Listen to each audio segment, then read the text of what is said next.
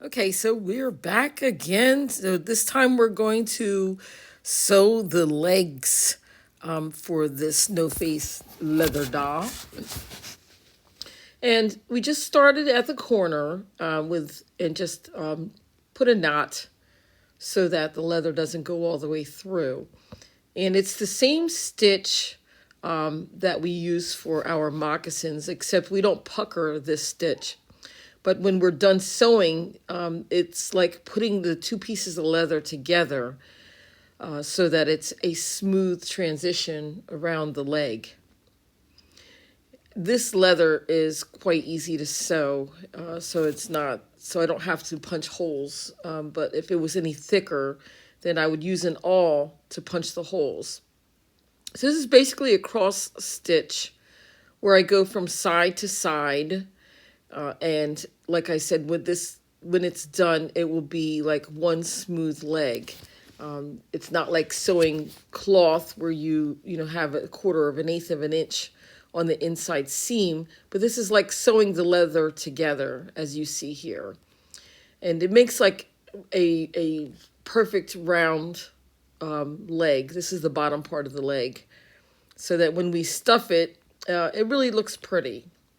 It's a really cool stitch to use. And I use this stitch, like I said, on pouches, on moccasins, and small pieces that I want to sew together. And these are what I use for the legs.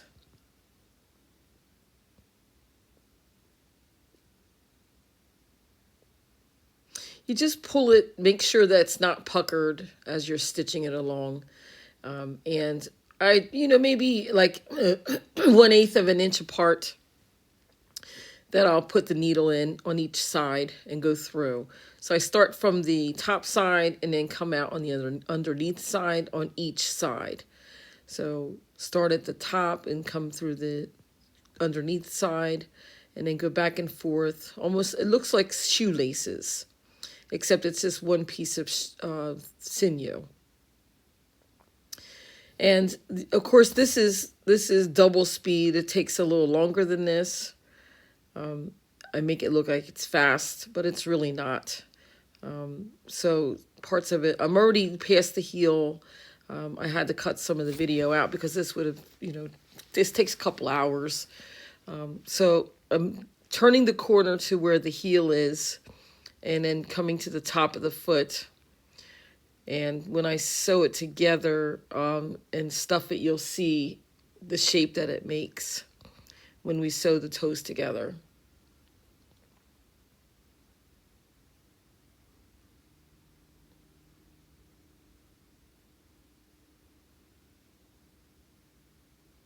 It really is very tranquil to do something like this with bare hands. You really don't need a lot of space. Actually, this is my laptop desk that I'm using and just sitting at the same time movies are playing. So,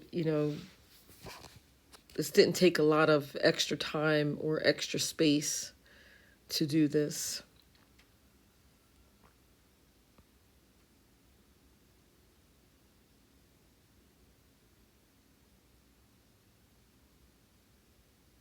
I do use the desk as leverage to push the needle through in some of the thicker spots of the leather.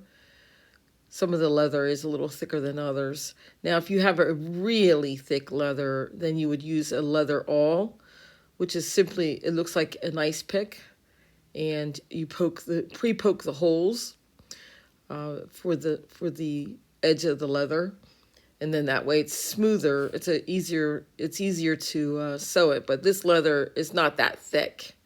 This is more like a cloth type leather that I'm using to sew these dolls with. These are 12-inch dolls. They also make a really nice 18-inch doll with this type of thickness in this leather.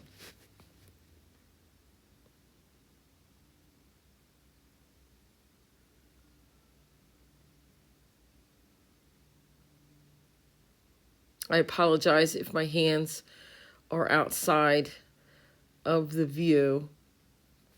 Sometimes it's difficult, or I do forget that I am recording at times and have to reposition myself so that you can see that I'm sewing.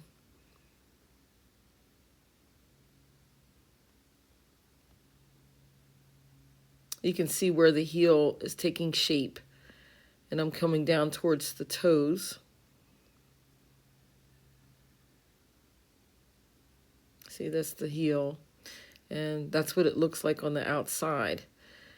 It's really a cool stitch. It really looks nice when the doll's all the way together. It's like a continuous, it's like, maybe stitches that you would use to put your skin back together. So now I'm on the back side, and yeah, it is a small piece that I'm sewing together, but it's no different than a tiny pouch that we would put together. So we just use the same stitch and go back and forth until we close it off, until we get to the toe area. And then the toe area is done a little differently. It's not sewn together in the same pattern, but it's sewn together so that it looks like toes when you're stuffing it. And sometimes the sinew does start to get tangled a little. If that does happen, and it happens too often, then I will cut it off and get a new piece. But going through the leather so many times will take the wax coating off of the sinew and start to fray it, which then it makes it tangly.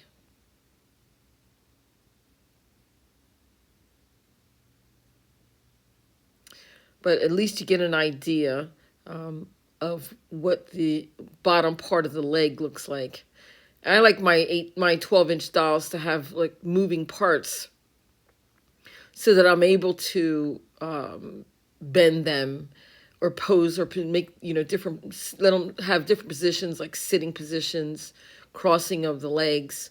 You can very well make one entire leg from the top to the bottom. You don't have to have bending pieces. This is just one extra step when you have knees, so that you can bend the legs. But it does make a really nice doll. Like I said, you can pose it and sit in different positions and so forth. It's not just a standard straight, stiff leg, but it's a posable leg.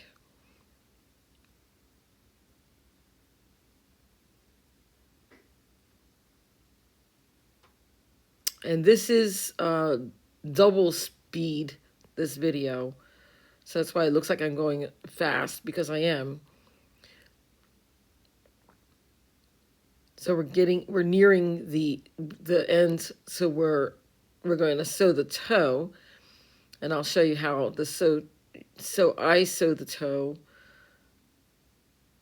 so that it goes straight across, so that it looks like a foot.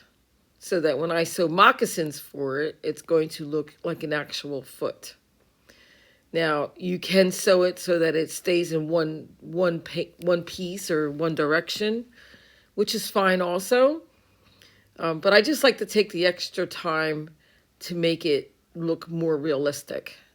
So how to do that is, now that I'm at the end, I pinch the toe together in the opposite direction, and I sew it together like that.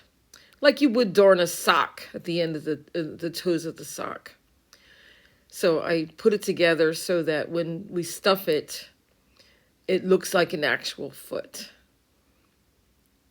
So, I mean, nothing fancy, but I mean, you can just sew it all the way down on the same stitch, but then it would not look like an actual foot. So I like to make it look like toes, which to me is fun.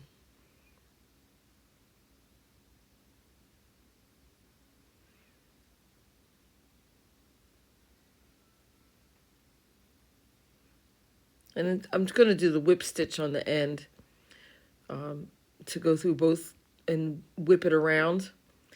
It gives it a little pucker, almost gives the appearance of actual toes.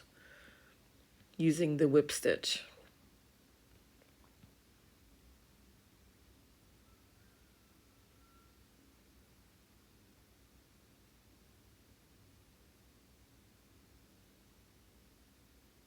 And I really feel fortunate that I could do these videos for my children and my grandchildren, my nieces and nephews and great nieces and nephews, and so that they can always, keep this art form alive.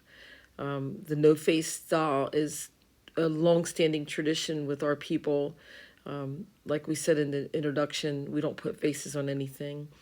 And then I have to turn it inside out, so I use a wooden knitting needle, which is like the perfect size to be able to turn it inside out. And it takes a little bit of work, but it's not hard. Just work it until it's all the way inside out. Twist it, turn it, whatever you can do to get it inside out. And the leather is very durable, so you're not going to poke any holes through it. You just take your time and it works. It's like turning anything else inside out. Everything takes a little bit of time, a little bit of work. But you have to turn it inside out. So, I mean, you could sew this so that it's facing out, but then your stitches on your toes, you would see those, when you do the whip stitch. So that's why I decided to, turn it in, sew it inside out and then turn it inside out. It just takes an extra step, but it makes a neater project.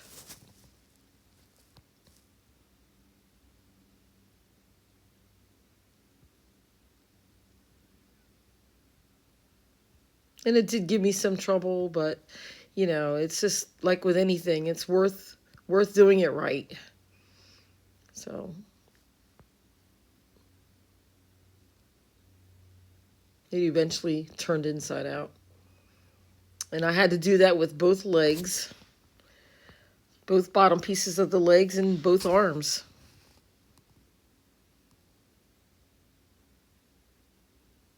But the 12-inch doll is a really nice doll.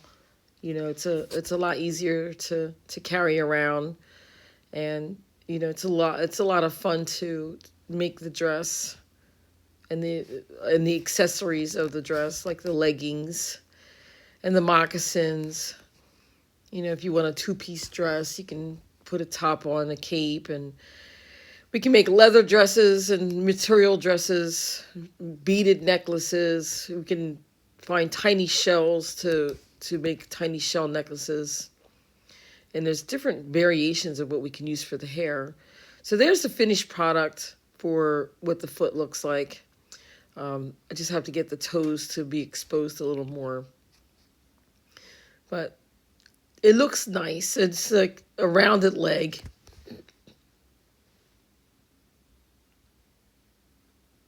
And of course, I'll use my alpaca hair fibers to stuff it. We shear the alpacas. I have 4 alpacas, and we shear them once a year, and that gives me a lot of fiber. So I can, when I don't, whatever I don't clean and card, and spin, I can use to stuff my dolls. And this is what the fiber looks like. I just pick it apart in small pieces, and I'll use my same wooden knitting needle and just stuff it. And it actually takes a lot of fibers to stuff because the alpaca fibers are very fluffy, but it takes a lot. So, but it makes a nice stuffing. This is a piece that I had started to spin, but it was too knotty, so I'm repurposing it. That's why you see a spun part on there.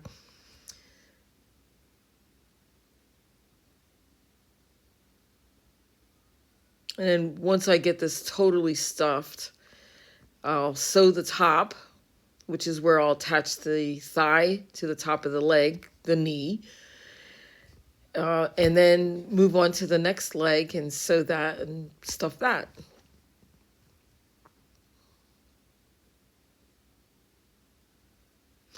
And it just takes a bit of time, but that's why I cherish these, because it does take a lot of time and skill and imagination, but it's well worth the wait, especially when you have such a nice finished product that probably will last for multi-generations.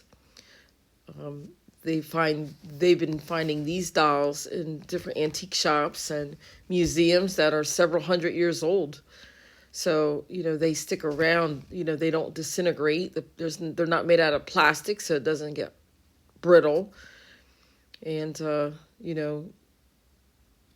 it's just nice to know that I'm going to leave a piece of legacy that I made for myself that's probably going to last in several generations in my family.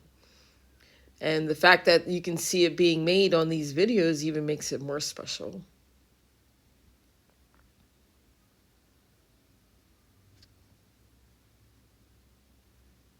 So now I have 3 grandchildren and a great niece that's probably going to need one each. So that means I'm going to make at least 5 of these, because I want one for myself as well. Maybe 6, one for my sister. So, and my daughter, so that'd be 7. So these are a lot of fun to make, and I'm really fortunate that I could be able to make these on video.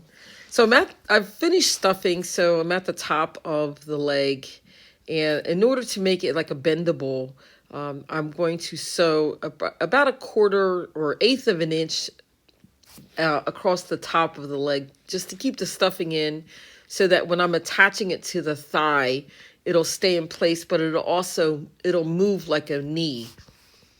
So this is my own design, based on a lot of years and trial and error.